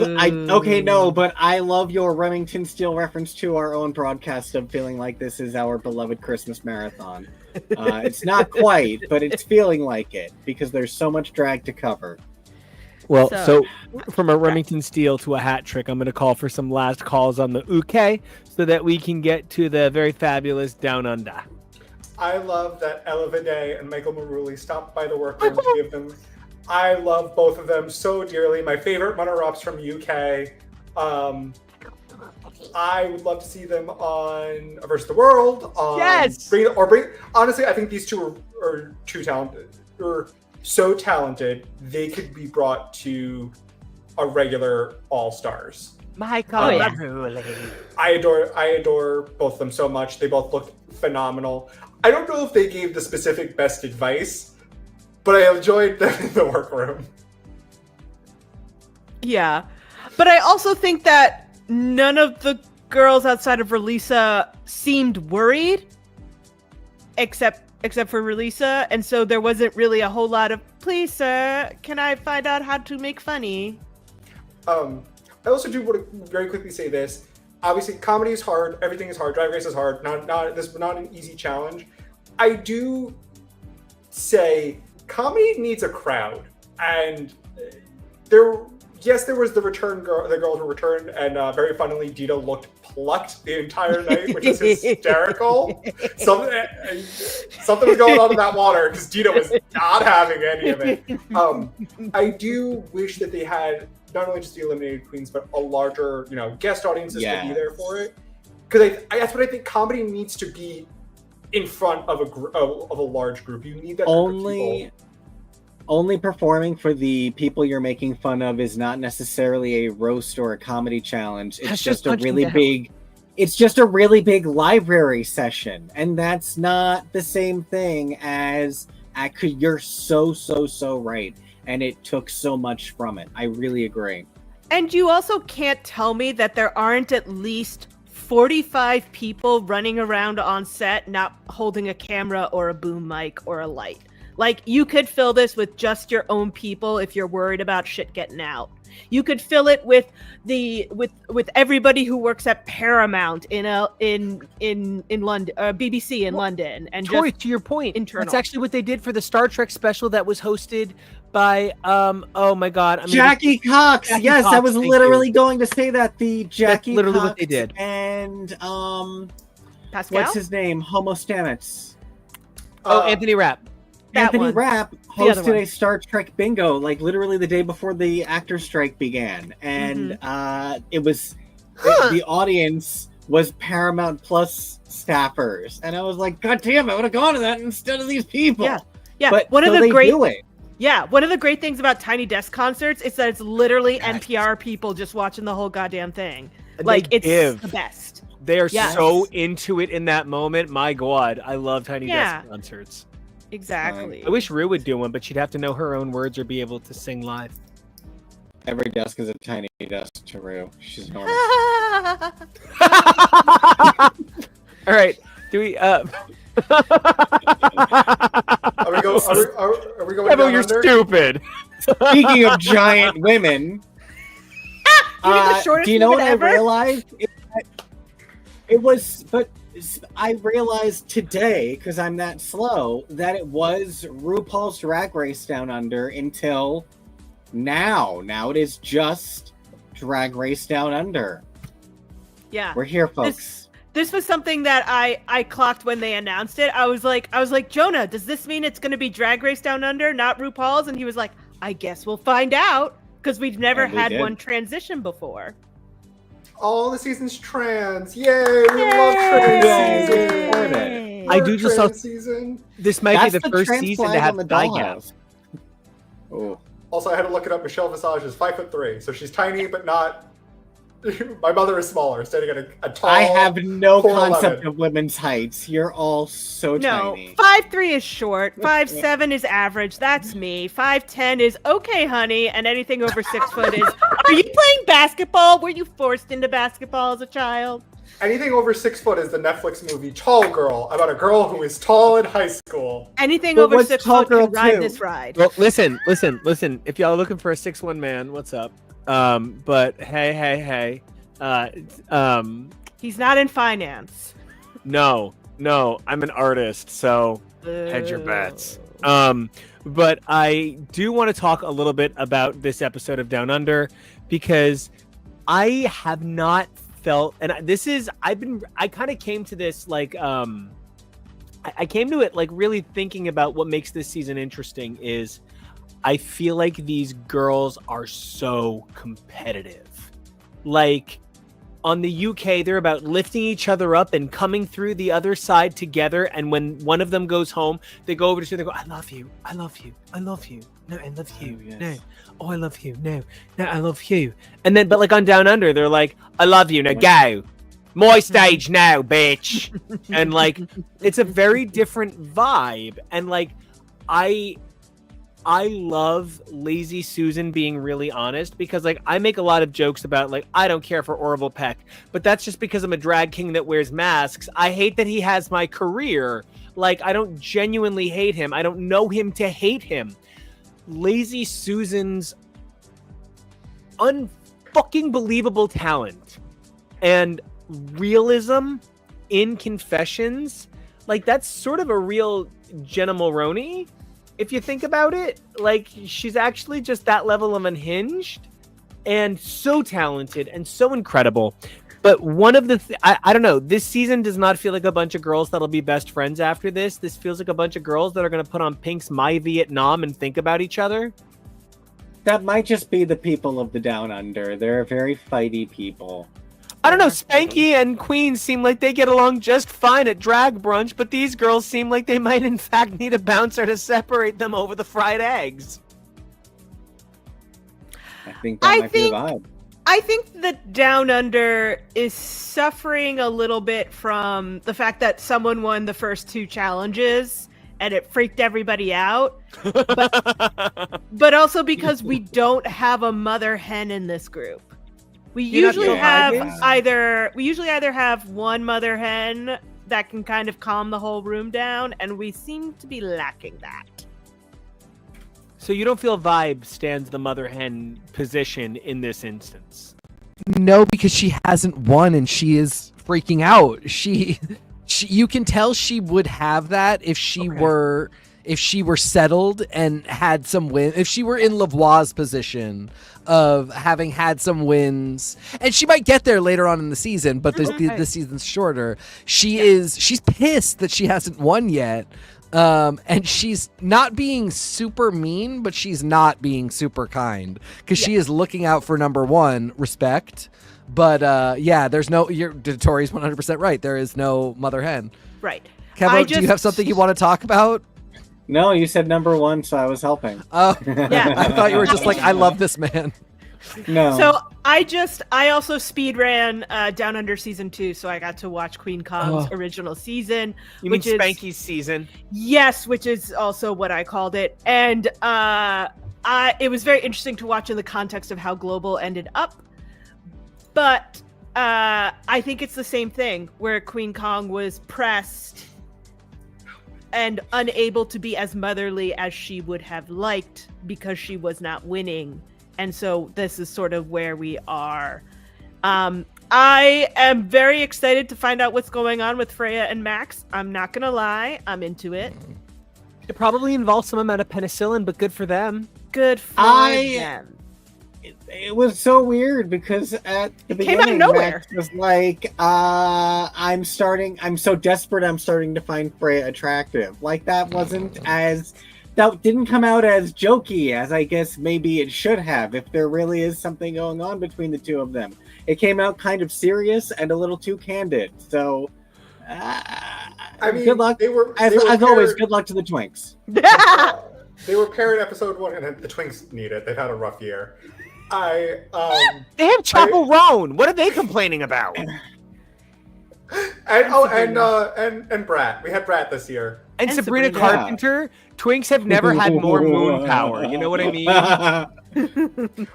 We need to take from the Twinks. They were paired. These two were paired for the first episode, and then they kissed on the runway, and it was like, oh, I'm a lesbian now. Oh, I like watching girls kiss. Yeah. Yay! This episode, I don't want to say this episode was a nothing burger, but design challenges aren't always the most entertaining because a lot of it is them just crafting their garments. There isn't enough time for them to banter or them to. And then us looking at their garments. And exactly. From a reviewer's perspective, these episodes aren't always my favorite, as opposed to being a fan. Because I love this design challenges because, to quote Dawn, it is one of the only challenges where the only thing this is all up to the queens.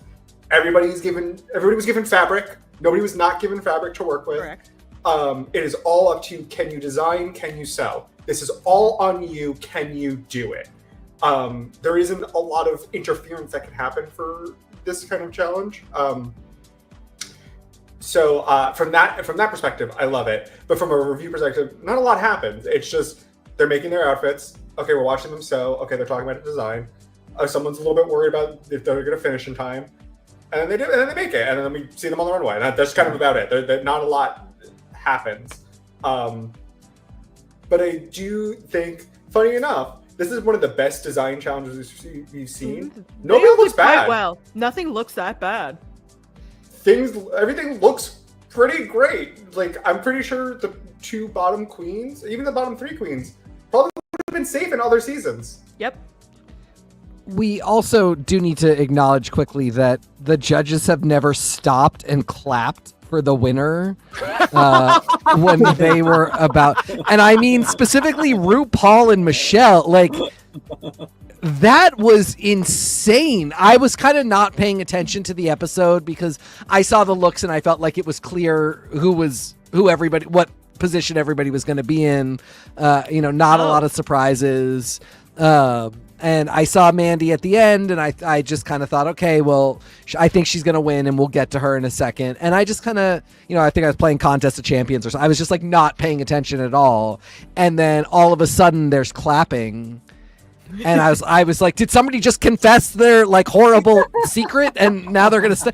I had to rewind and I realized they were just clapping for fucking Mandy's talent as a seamstress, which again, like, who think of the insane queens we've had on this show for whatever talent. Like, nobody clapped for Bianca Del Rio at the end of that roast. Like, there's, I mean, so many of these insanely talented queens who just like are the owners of their craft, and RuPaul acknowledges it, and that queen often wins the challenges related to their craft and often wins their season. But the fact that out of nowhere they all just clapped for her because this really was so good, and so good, and like literally when I saw it I was like, oh wow, because like they're so good, and then they're so good from literally the worst possible imaginative place. Like the fabric was it was insurmountable. That was send that girl home fabric. That was like comedic SNL. You give that person the burlap sack, and she turned it into stunning fashion revelation. And like that is the idea behind what makes these drag shows so exciting, that the creativity is what can shine through over the finances. And I think that's why this deserved the applause. I also want to give credit to you. You can wear a beautiful garment, but you also know how to style it. Her hair looks so gorgeous. The coloring looks perfect with this. The blue band, the little hairband. There's maybe a famous pop star, I won't name them, who sometimes wears nice things, but is styled horrendously majority of the time. And I don't think I've ever seen this person on the best dressed list. And I'm smart enough not to name them on air. Is she a brat? Is she brat? That's the only thing I'll give. I often think she is styled like a girl in the 1980s at the mall, but yeah, I mean, it is everything with Mandy. She is the complete package. And for this, I mean, she has not been doing like insanely stellar, and that's something kind of fascinating because she's now a contender, and she hasn't been bad at any point, but she has not always stood out, and she hadn't won before this, so it's pretty exciting to see somebody come with a win that is like everybody else's win. Like her best at her thing was, is notable. It's going to be something that we talk about in Drag Race history, and the same is just not true of everybody. So it's an interesting way to sort of take the lead in the competition. But like the biggest thing I thought about is a thing that this group doesn't talk about anymore, but came up a lot back in the day. And the reason it doesn't come up is because, so what I'm saying is, I think that this showed me that Drag Race and Project Runway need not a crossover episode, a crossover special / season, because there are a bunch of drag queens that are Mandy Moobses. Like there's a bunch that could compete at that level. And like I said, there hasn't been a Project Runway for 2 years now. Yeah, I mean the last season was as a super fan. That last season was pretty brutal. But too expensive. And so it just like now I would just be so fascinated because the first joke I had when we saw the preview for this next season was like, oh, they're gonna do this is a full crossover with Below Deck, and I still think that would be exceedingly funny, but not real, not feasible for Drag Race to do some kind of like real garment work crossover. Not, and again, I'm not saying an episode. I'm saying like give me a whole ass competition. Oh, what was the one we watched on YouTube? Yeah, I'm bringing it up to the cover for it. Oh yeah, Glam Slam. Glam Slam. Yeah. One of the things that you guys talked about early on is like some of these outfits are amazing. These girls are incredible. They are not held to the standard that the Project Runway contestants are, because they have to come touch you and touch your garment. And Michael Kors pokes you in the fucking eye, and if you react wrong, your outfit's bad. And like most drag looks do not withstand being near the hot lights because the glue will melt or poke in the eye. So yeah, certainly that's not allowed. So to see them actually have to show up with a garment that has to garment, it would be very cool. I just like that immediately. I thought like Mandy is competing on another level of show. Yeah, agreed. The only they have the Michelle camera block. Mhm. The way that they're blocked currently right now with the space in between them. I just want to add that after this conversation, I'm going to start referring to contestants doing a moobs job as always kind of hanging out in the middle, even though there's a lot of talent underneath. Because Mandy's really got it, and it's becoming a competitive season. One of the only things that I'm not sure is, like, does it ever feel like they all just sort of agree to mean girl a girl? And, like, I love Nikita. Maybe she's not, like, breaking down barriers in drag for everyone. But, oh my God, we watch too much Canada. In drag for everyone. But I feel like Nikita gets kind of kicked around a little bit. And it does play into the long-standing tradition of perhaps Down Under being harder on queens of color from the community. And it does feel like, it does feel like they pick a girl to be mean to. And it just kind of sucks that it's Nikita, who's so pretty. I don't think you're wrong, and I think it was from episode 1, really. Everyone's like, "Oh, you're in Auckland? I don't think I've seen you perform." Yeah, we clocked that right away. No, It was she super said awkward. she was from Sydney. The fact that they have Auckland under here is weird. Oh, she might be from Auckland. She is but from moved to Auckland. Syd- She moved to moved to Sydney. She's Sydney. never done Sydney, and the girls were mocking her. I don't know. I don't connect to Nikita. I was very happy that she did very well with her denim. I presume that the rest of the outfit was that whitewashed denim just graffitied over. Otherwise, I was like, where is the denim besides this little thing? But it was very well put together. Like we said, everyone did very well. I don't know. Nikita's so fast. She took actually all of them calling her every name in the book in their little survey pretty well, considering there was no makeup like, so why do you think I'm delusional moment. Yeah. Okay, well, we do love that. Yeah, we do. Specifically, oh, so I'm delusional? Why do you think I'm delusional? I do love that. That's someone being delusional. It's hysterical. Right. But I enjoy that she is not dissolving into a puddle about these girls. That her delusion is like a Mistress Isabel Brooks level of like keeping her together. Because otherwise, I think it could turn into a real, oh gosh, I don't know, Eureka sewed, like just meltdown after meltdown. I mean, the one thing about Nikita, in relation to how the girls treat her, the delusion, everything, she is the president of the bubble. A new bubble was created for Nikita specifically. She is plastique levels of beautiful in both personas.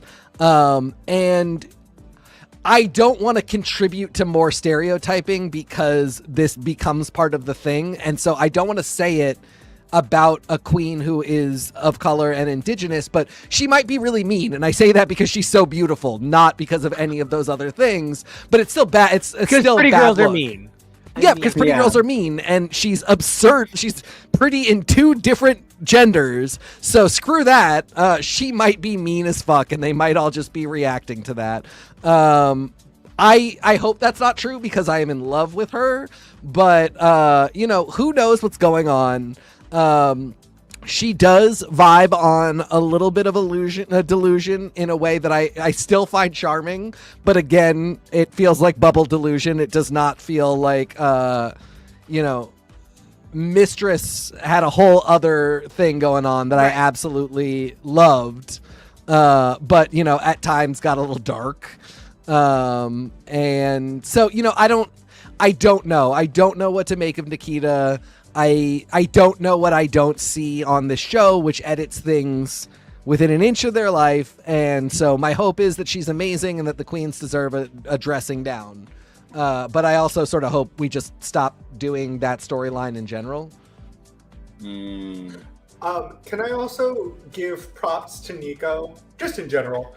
Yeah. But specifically in episode 1, you were like, I wonder if her name is a pun on losing innocence. And I was like, I don't know, maybe who could be sure? It doesn't really sound like a pun name. And then she made a joke with her name, Lucina Innocence, who we lost to, gorgeous face, I hope she feels, proud of what she did. I feel bad that she seemed like, I didn't really get to do my best. But she was like, guess I should name myself Lucina Competition or something like that. It's like, I guess it was a pun this entire time.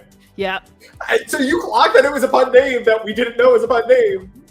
I clocked that it was a bad pun because I make so many of them. So thank you. That actually does mean a lot to me because I was like, I think I'm right, and then she made the joke, and I very right.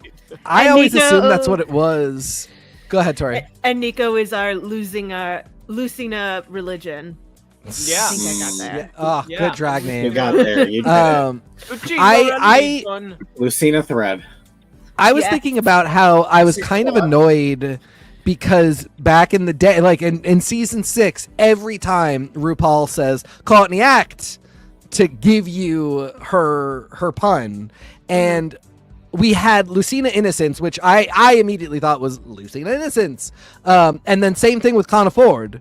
That one I hear more. Yeah, well, but every time Michelle goes Karna Ford, and Like the vice principal of your middle school. Making sure she yeah, doesn't and like, say it come wrong. on, slap a little accent on it. You love these, like. Anyway, it's a bummer. I do think that, especially Australia, or Oceania has a lot of these puns that rely on the Australian accent. And like I said, I always loved that Rue did it with Courtney Act. Hilarious now because I bet if Rue had a time machine, she would never say it right ever again. But Courtney Act. yeah, exactly, every time. But I do wish Michelle would focus up a little bit and just say the pun name the way it needs to be said. I also look forward to Rutherford getting to do a little bit more work on season 5 of Lower Decks before it goes away. By that I just mean Karna has an uncanny resemblance for me and Kevo to one of our all-time favorite cartoon characters over on Star Trek Lower Decks. A fantastic Plus the character. actor.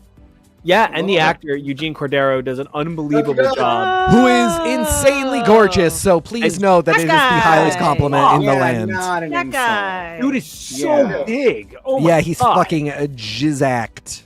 He's the one from Loki too, right? Yes. Yeah. Oh my God! And that new, the new movie with Quan in it looks so good. Love Hurts. I saw the trailer for that at Venom. Looked really good.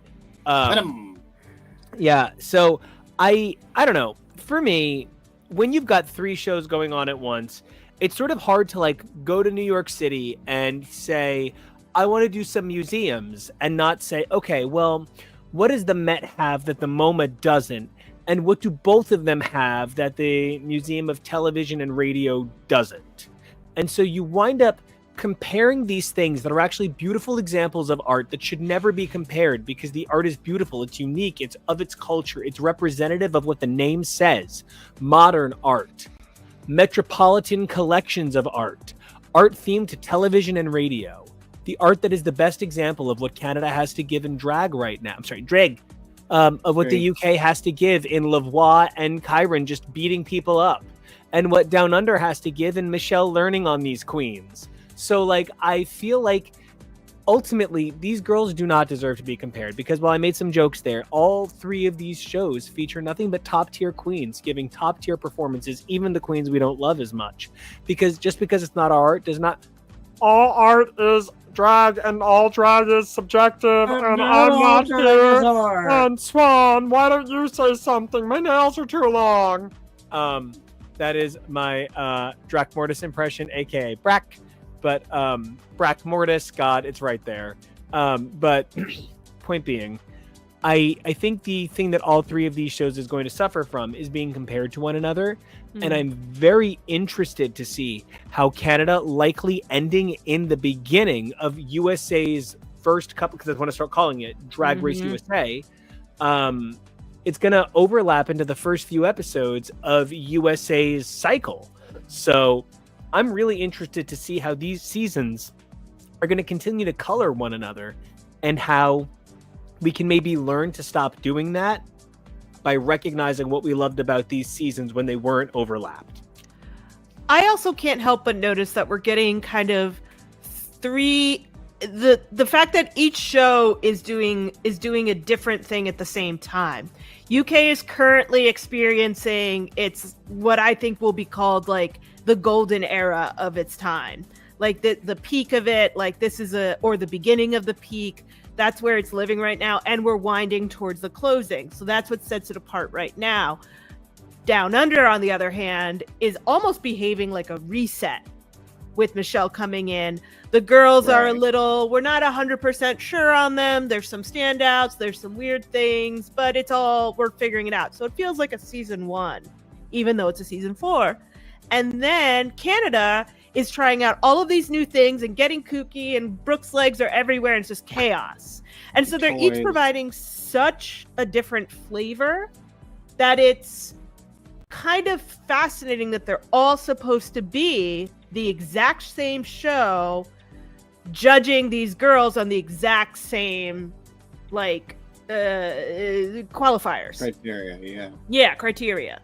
And so what does that mean? What does that mean for those of us who are starting to see that Drag Race can have many flavors but still be full of spring chickens? And is that why the main show this year is going to be a tall, cool, clear drink of water? What? Are you thirsty? Maybe the AC was out and all the girls were sweaty.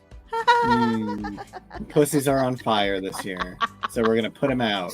The globe is warming, and so is our. No, let's try that again. Nikita already taught us you can't make jokes about Mother Nature. So, yeah, there you go. All right, somebody hit me with your final thoughts on Down Under, just to kick things off. I think I would say my final thoughts on Down Under this week is it kind of all boils down to the fact that this is a really great season of girls, but sometimes even a great season of girls with a great season doesn't come together exactly the way you want, because 12 beautiful paintings doesn't make a gallery. And I think that's maybe a little bit what we're hitting here. This is just 12 beautiful paintings that, even though the gallery is beautiful, they don't really make an exhibit in one gallery. And so it's, we should bring in Vanessa Fisk. Maybe she can fix it. But until then, without a kingpin, we will have to navigate these queens on our own. I really think these are all more talented queens than they get credit for, because the season isn't highlighting them all the way they should. Most of all, Michelle, who's doing a great job running the show. So you guys hit me. Say goodbye to Down Under. Yeah, I mean, we've seen this happen before. Season 7, phenomenal example of an insane amount of talent hamstrung by the season that it happened on and the choices that production made, and just curating a group that, even if they're all talented, it's 12 paintings that don't necessarily go together. But at the end of the day, the cool thing is, one, you can still have a moment like Mandy winning. So you look at that painting and it's still phenomenal, even if the curation of the show is weird. The moment you see that piece of art, it can still be amazing. The moment you see something like Mandy winning, you can have a moment, even if the show overall has felt a little bit disjointed and weird. And the other thing is, it is all committed to video, and you get to go back and reflect when the girls' careers are different. So like season 7 plays really differently now that Trixie is the biggest drag star of all time, Katya is the funniest person we all know, Fame is the most beautiful woman in the world, on and on. And now, even because part of the reason it can suck is you're just like, oh man, these poor girls, all of them are doing terribly. This season is shot and their careers are going to be terrible. And yet somehow a lot of times everybody recovers and does better just for having been there and goes on to do cool stuff. And then when you go back and watch the season, it feels a little bit more like, okay, I know they're all going to be okay, so I can have a little bit more fun watching how this all plays out. And my genuine hope is that for these girls, like I really look at Lucina, who is just the most stunningly beautiful woman in drag, and just every week the face card destroys me. And I think about if she were to become kind of a Miss Fame type, where like people just pay her to go around and be absurdly beautiful, and then when I go back and watch this, I'm gonna be a little less sad for her than I am as of today. I also hope she gets to voice a giraffe in Zootopia too. As long as I get to make out with one of the tigers, I'm fine with that. And I get to make out with that one Shakira. tiger. I enjoy Down Under, I suppose. Obviously my heart is with UK right now. I am sadly a monodragist, I guess. And I can't hold more than one in my heart. But I'm enjoying Down Under. I'm enjoying the experiment of it all, because I'm very much someone who's also like looking at this from like an academic point of view, where I'm like, what makes it different now that Michelle's involved? What is happening? What is the change? What's going on? How are we approaching these things? I've never seen Isis out of makeup before, so I'm like, wow, this is exciting. So I'm definitely enjoying it. I think I need a little more time with these queens to figure out what it is about each of them that I enjoy, because I can tell that I'm intrigued, but I don't know why just yet. Jonah, what about you? I really adore this cast. I think even if there wasn't much plot this episode, I think there were some really beautiful gowns. I really enjoyed what they were able to come up with creatively for their outfits. I actually like the idea of giving everybody a different material, even though that can be a little hard to judge because some materials might be a little bit easier, so some people might have slightly harder time than others. But none of this was unconventional material, so you got fabric. You should be happy you got fabric. But I do wonder how this season will feel once UK has its finale next week, and it's not competing with them in terms of how much we remember, how much we enjoy. I think I'm still waiting for Down Under to have its big challenge. Like, it's big, like, mind blown, everybody nails it, like, it's a nail biter, you're like, who can go home? I think that's what I'm just kind of waiting for a little bit, and I really need them to blow me out of the water. When you drop the ball in your snatch game, it really sets a tone for the entire season, because that's a big one. And so there aren't a lot of great group projects or individual projects that remain that can really pull it out. And so, yeah, while I'm really enjoying this season, I'm glad it's not the one that's going to be the last to leave off before the home season. I'm glad that it's going to be Canada. Yeah. I think Canada will be able to hold its own more against the regular than usual.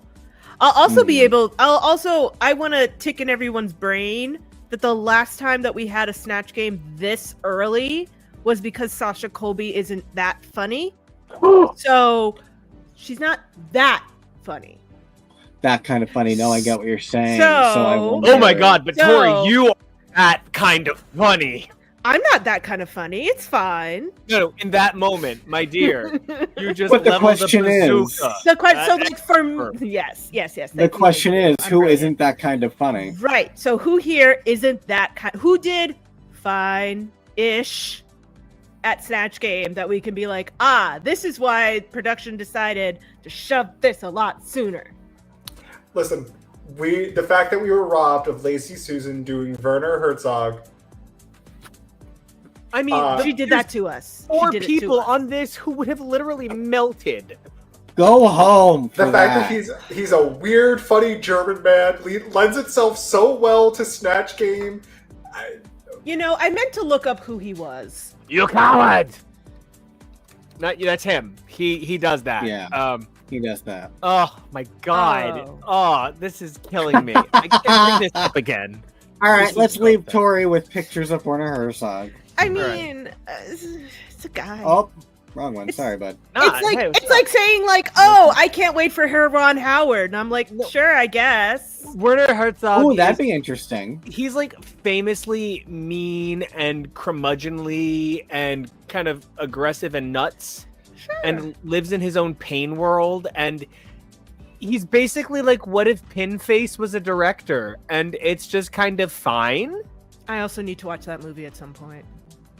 I love Anyway, them. we gotta go before Nico throws me out. All right, well, bye then. All right, no, so let's do sign-offs. Let's start with Tori.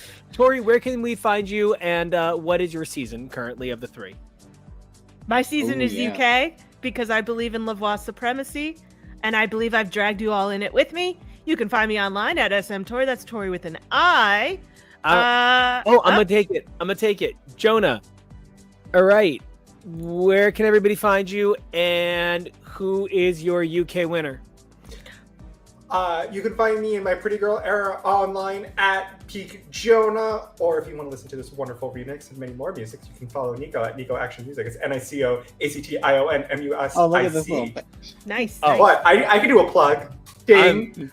I am leveled. All right, Kevo. Wait, but my UK winner is my head says it's gonna be Lavoie, my heart says Lavoie. My desire deep inside is a double win between Kyron and Lavoie. I'll accept it. Same. I want the double win, but I really want it to be Lavoie. Kevo, Yeah. where can Mate. everybody find you, and who gave your favorite performance at Drag Christmas? Oh, well, you can find me on the socials at Kevo Really. That's KEVOREALOI. Yeah, definitely. If you're just joining us now, check back to the beginning of this broadcast where we talk about our experience with Drag Christmas. It was a lot of fun. Yeah, I really think that we all sort of agreed that the best performance was probably Plasma due to the technical aspects. But they were all so great, and I think they should do every holiday. I would love to see Drag Halloween, and you can do more. You can use Pour Some Sugar on Me again, because candy. I love it. All right, TK, where can everybody find you, and which series are you most excited to come back? You can find me at TK Elemental. I think the only thing that's not airing right now is Drag Race. So I mean, you could have said versus the world. You could have said US. You could have said US All Stars. You could have said Global All Stars. You also have dipped your toes into things like some of the more fascinating Asian culture seasons. yeah, I still think at the end of the day it's probably just your standard Drag Race. Yeah, I mean, you know, that's where the magic happens. I am certainly excited for a bunch of other countries' drag races, but there's always a disconnect because it's not my country. I learn a lot, but it is effort. And I can effortlessly just shit on people with much more talent than me doing a thing that I'm not doing from the comfort of my own home without turning on subtitles. So can't wait for season 17, semester at sea, there goes my drag queen, semicolon, she fell off the boat. And if you want to talk about that, it's TK Elemental. If you guys want to check me out, Nico Action Music, NICOACTIONMUSIC. You guys check me out on Blue Sky, where I'm living my best life, not worried about other social medias. The thing I'm most excited about is that we are going to see Drag Race live in Vegas. Can't wait to do that next week. So definitely note that our schedule is going to be a little wacky next week, but there's 3 things you guys can do for us. That's like, comment, and subscribe, whether it's on us individually or the whole show. But 3 things you guys can do for yourselves. Number 1, stay safe. Number 2, be brave. Number 3, evolve daily. Who you were yesterday, amazing. Who you are today, we love it. And who you are tomorrow, that's the dream. So we can't wait to see you then. So until then, we're going to be in Vegas, and we'll see you. Bye. Happy turkey.